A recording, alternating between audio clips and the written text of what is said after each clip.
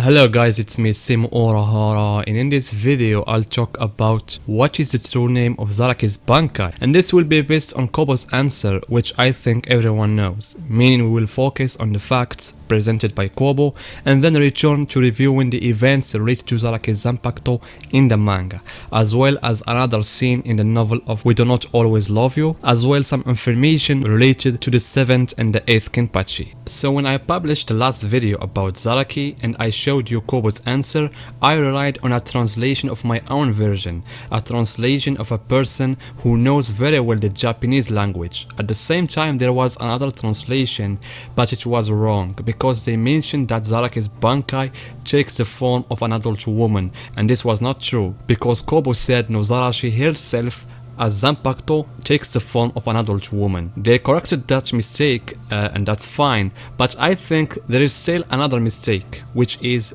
Kobo didn't say in this sentence that Yachiro is the manifestation of Kenpachi's Bankai. Kobo said Yachiro is the manifestation of Nozarashi's Bankai, who has been separated from the main body.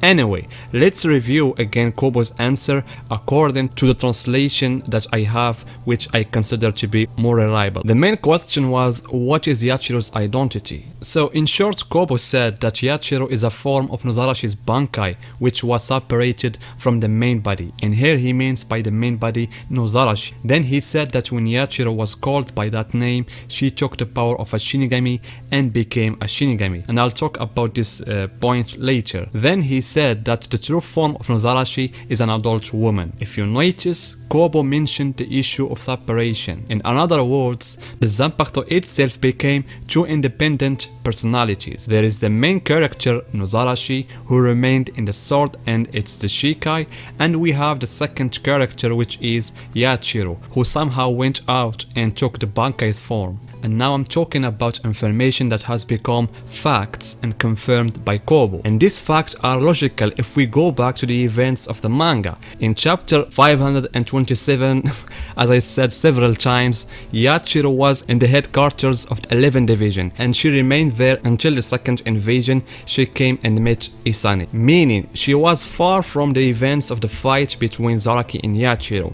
And Zaraki's fight against Yachiro took place in volume 59. In that volume, Kobo drew a sketch that shows how Nozarashi was screaming for Zaraki to hear her, and this completely matches with the words of the Osan Zangetsu in the last fight of Zaraki against Ichigo. The Osan mentioned how Zaraki's Zanpakuto was screaming for Zaraki, but the latter couldn't hear her, meaning that Nozarashi, the adult woman, was trying hard to contact Zaraki from the beginning, and she said that by herself when she was able to make a contact with Zaraki for the first time in chapter 527. Focus on her words. She said Kenpachi of Zaraki, which means Nozarashi has her own way of calling Zaraki, the opposite of Yachiro, who calls him Ken-chan, and she was calling him that way even after she became a part of his Zanpakuto, while Nozarashi calls him Kenpachi of Zaraki. On the other hand, Nozarashi said something very important. She said that she was with Zaraki longer than anyone else, even longer than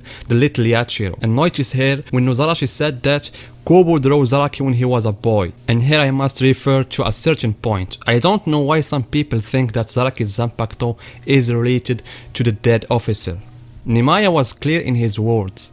What Zaraki stole was an Asauchi, and the Asauchi is known to be a nameless Zanpakuto. It does not yet contain any carrying powers, meaning it can be said that what Zaraki stole, an empty sword. Later, when the sword became at Zaraki's hand, it became a vessel for Zaraki's power, and you can see the change that happened to the sword. The important thing is that Nozarashi, as soon as she was formed, was trying hard to contact Zaraki. However, Zaraki couldn't hear her. And here we come to the fundamental question that Kobo did not answer. How and when Yachiro separated from Nozarashi? And this leads me to think that what some people say about Nozarashi intentionally separated a part of her power to try to attract Zaraki's attention can be an acceptable theory.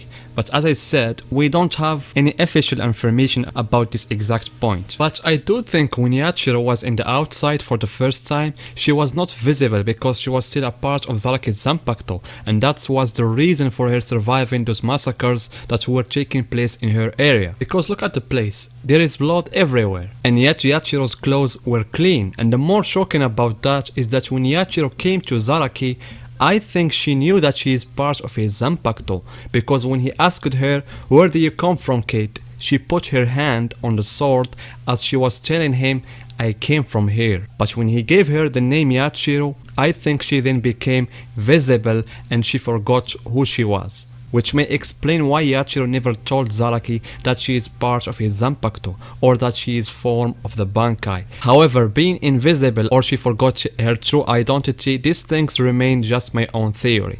What we know as a fact is that she became a Shinigami because Zaraki named her Yachiro. And here we get to the heart of the topic of this video. If Yachiro was Zaraki's Bankai, what would her name be? Or in other words, what is the name of Zaraki's Bankai? The answer may be simple. Zaraki's Bankai name is Nozarashi. How can this be possible? Isn't that the name of the Shikai too? Yes, it is. But if you notice the Zanpakuto of the previous Kenpachi, you will find something interesting. And let's begin with Yachiro Unohana. Her Shikai is named Minazuki, and Bankai also Minazuki.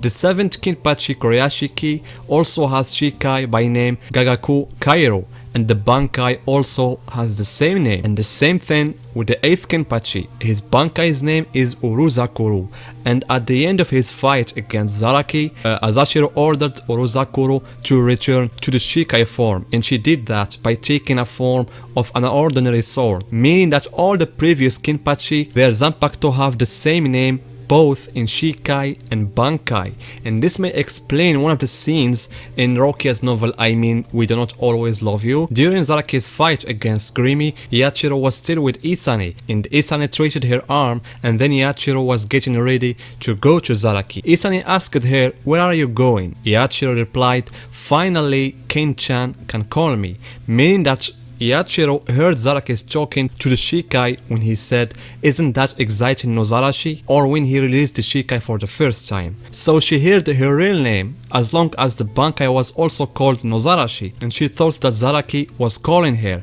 while he actually was calling Nozarashi, the adult woman. That's why when Zaraki pronounced the name Nozarashi, Yachiro automatically returned to her first state, invisible, and then she appeared when he wanted to release the Bankai by using her. So in short, it can be said that Zaraki's Shikai is Nome Nozarashi and Bankai Nozarashi, which means Zaraki may not be different from the rest of the Kenpachi. They have the same name at the Shikai and Bankai level. In the end, it can be said that Yachiro has become like the case of Uruzakuru. Uruzakuru was able to get outside and wander with Azashiro without anyone seeing her, and that's what Yachiro can do sometimes. In one of the paragraphs of Can't Fear Your Own Word, there is a certain line in which Zaraki seemed to be talking to someone that no one sees, and of course that person was Yachiro. Eventually, I'm not interested in Yachiro. My interest in Nozarashi, the adult woman. I really want to see her look and personality. So guys, this is the video for today. I hope you enjoyed watching it, and see you in another video.